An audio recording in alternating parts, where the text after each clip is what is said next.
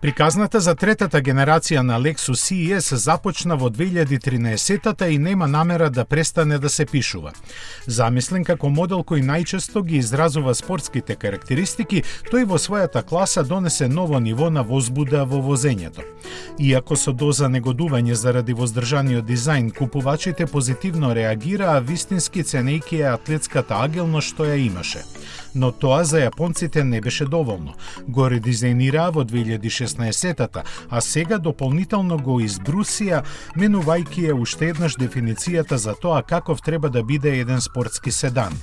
Затоа, покрај помодерниот изглед, има и унапредена платформа, која со модификуваното ослонување и пошироките траги на тркалата му обезбедува попрецизна управливост. Подолг и поширок отколку досега, динамичноста му е нагласена со маската со тридимензионална структура и полутите светла.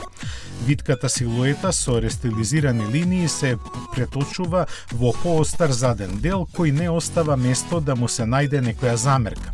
Внатрешноста не е многу менувана затоа што немаше потреба. Додаден е нов мултимедиски систем со поголем екран, а централната конзола е преуредена.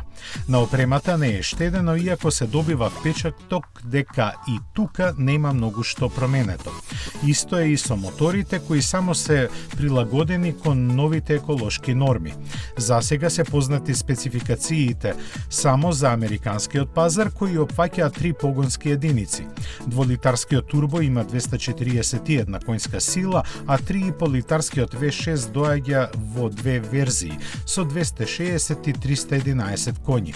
Менувачот е автоматски со 8 степени, додека верзиите со погон на сите тркала имаат само 6 степени.